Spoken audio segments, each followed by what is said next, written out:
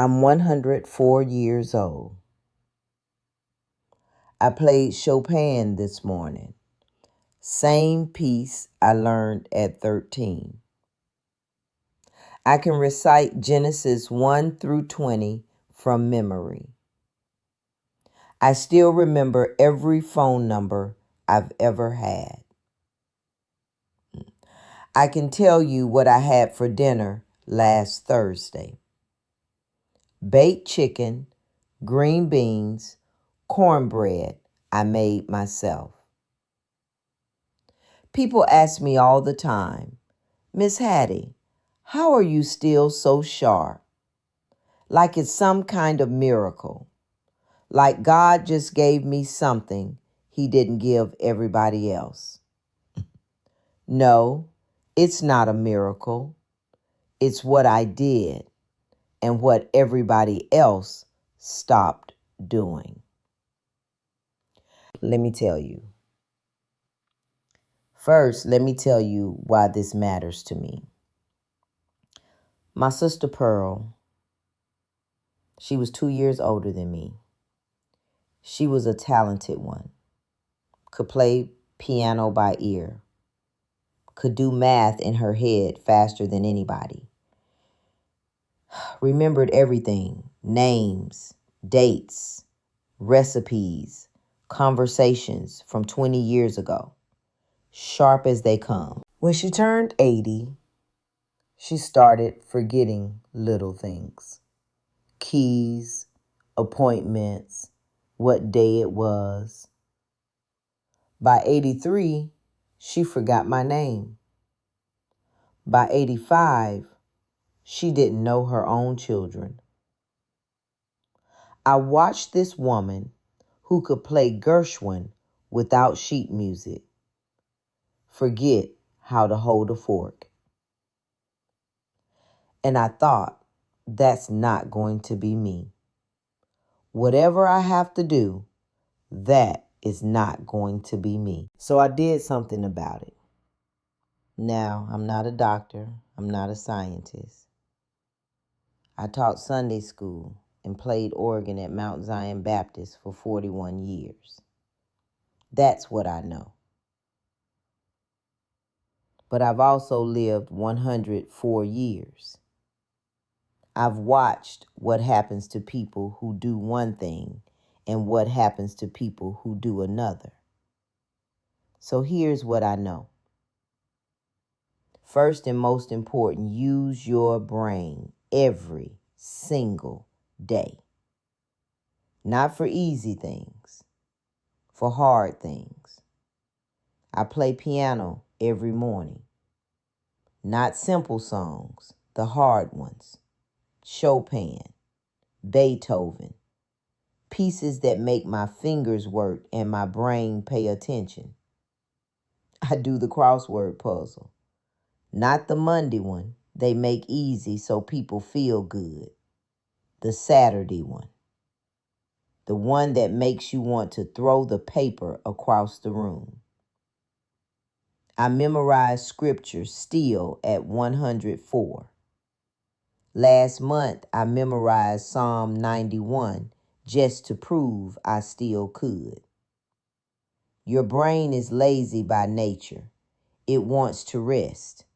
It wants to watch TV and scroll on the phone and do easy things. Don't let it. Pearl stopped playing piano when she got married. Stopped reading. Stopped doing anything that made her think. She watched her stories all day.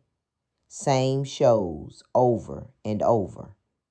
And her brain got the message. It said, oh, we're not needed anymore. Okay, we'll shut down. And it did. You have to make your brain work every single day. Hard things, uncomfortable things, things that make you focus. That's the first thing. Second thing, stay around people even when you don't want to. Lord knows people get on my nerves. After 104 years, I've met every kind. The talkers, the complainers, the know-it-alls, the ones who chew too loud. But I need them anyway, and so do you. When you're alone too much, your brain goes soft. No conversations to follow, no names to remember, no faces to read, nothing to keep the machinery running. I play cards every Thursday with 3 women from church. Been doing it 31 years. I don't even like one of them.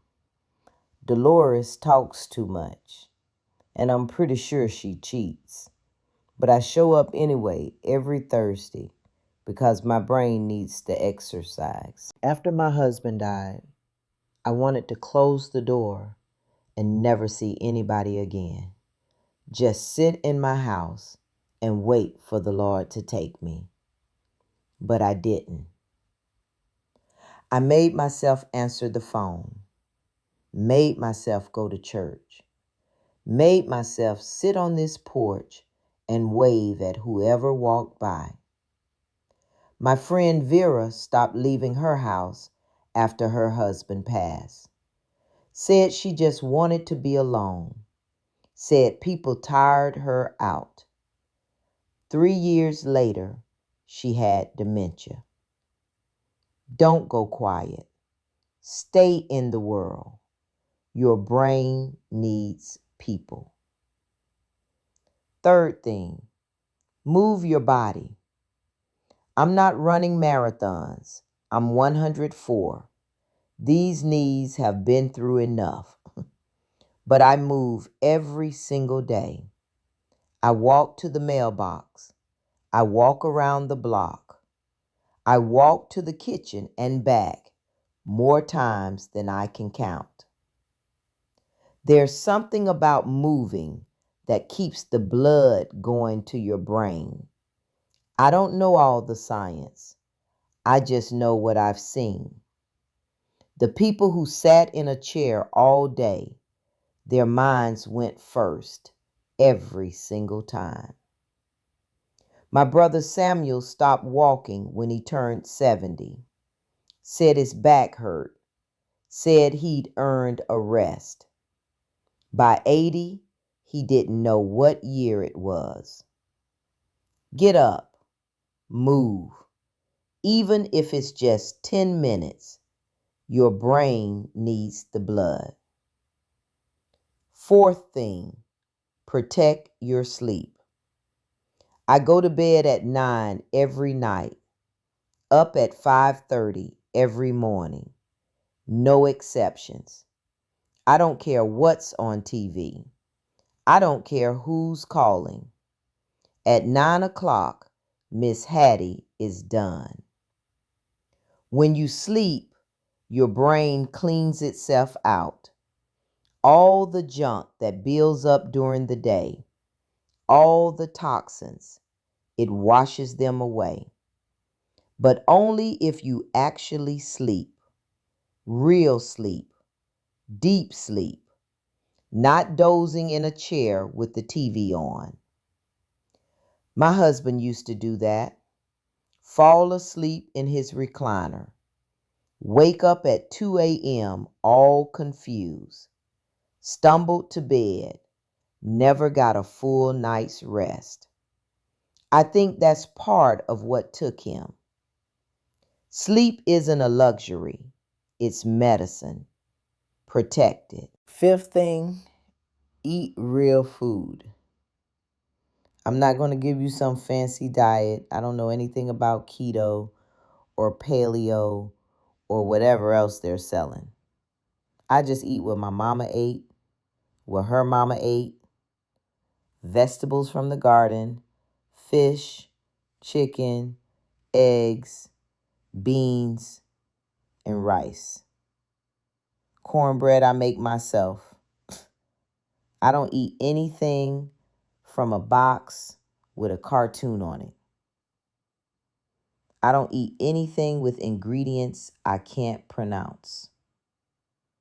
Your brain runs on what you feed it.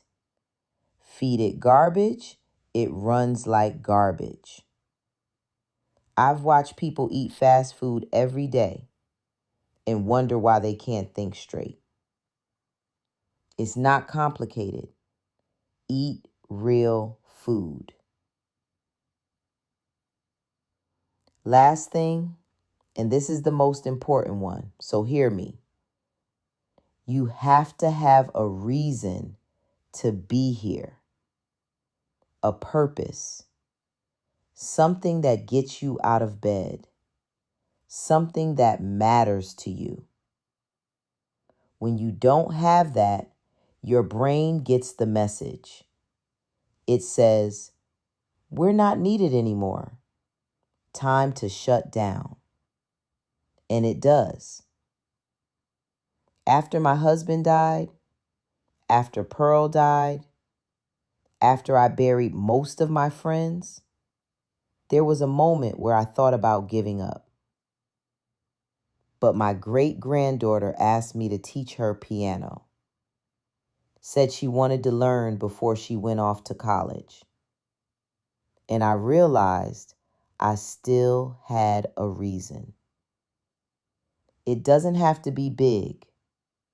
Doesn't have to change the world. Just has to be yours. My piano, my church, my cards on Thursday, my family, my crossword puzzles, reasons to wake up. Find yours and hold on to it. Look, I'm 104 years old. I've outlived my husband, my sister, 2 of my children, most of my friends, and I'm still here. Still playing piano. Still beating my grandson at Scrabble. Still remembering phone numbers from 1952. Still sharp. This isn't luck. This isn't magic. This isn't good genes. It is work. Every single day, whether I feel like it or not. Challenge your brain. Stay around people. Move your body. Protect your sleep. Eat real food. Find your reason. That's it. That's everything I know.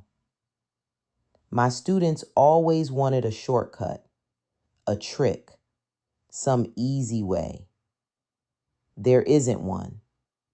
There's just doing the work every day for the rest of your life. I've got maybe a few years left. Maybe more, maybe less. Only the Lord knows. But however long I've got, I'm going to be here for it. Clear and sharp to the very end. Now, if you'll excuse me, I've got a nocturne to practice. And Dolores is coming over at 4 for cards. I already know she's going to cheat, and I'm still going to beat her. Go call your grandmother.